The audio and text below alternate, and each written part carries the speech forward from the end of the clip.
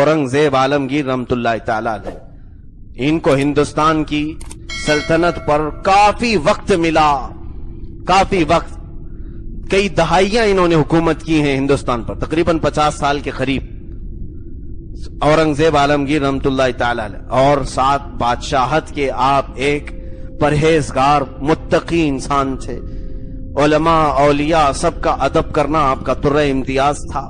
ये और बात है कि आज तारीख उनको तोड़ मरोड़ कर पेश करने की कोशिश कर रही है। औरंगजेब रहमतुल्लाह ताला अलैह के जो औसाफ हमीदा हैं, मैं आपको बताऊं उनका एक खास काम, औरंगजेब टोपियां बुनते थे। हिंदुस्तान की बादशाहत ये हिंदुस्तान नहीं है, उस वक्त के हिंदुस्तान में अफगानिस्तान तक की सरहदें थी, पाकिस्तान बांग्लादेश सब इसी मुल्क में था। इसकी सरहदें उतनी लंबी थी, इतनी बड़ी सल्तनत का वो मालिक, लेकिन अपनी कमाई के लिए वो रोजाना टोपियां बुनते थे और कुरान पाक अपने हाथ से लिख करके, अपने हाथों से लिख करके इस चीज के अमल के जरिए से वो अपने घर को चलाते थे।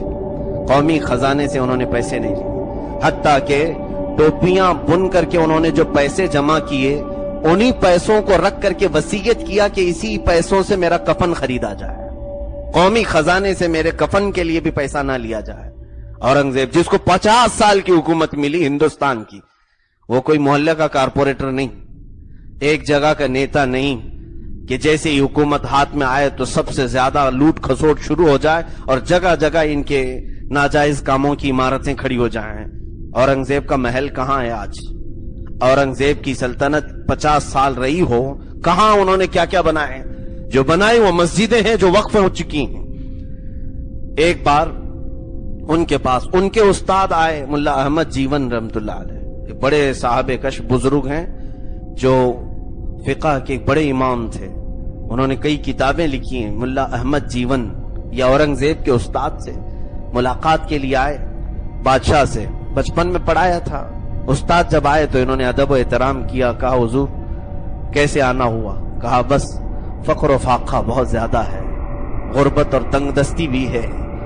तो बादशाह ने 98 सिर्फ हदिये में दिया अपने उस्ताद को, 98। हालांकि उनके पास जायदाद की न कमी थी, सोने के सिक्के अशरफियां भरी होती, 98 जो है अपने उस्ताद को दिया कि हुजूर कबूल फरमाए। वो ले लिए, लेकर के चले आए, जौनपुर के रहने वाले थे। तो जब उधर आए तो उन्होंने उस 98 से कपास खरीदा या कुछ बीज खरीदे और उससे काश्तकारी शुरू किया। उस काश्तकारी में बरकत इतनी हो गई कि अल्हम्दुलिल्लाह उस माल को बेच करके कई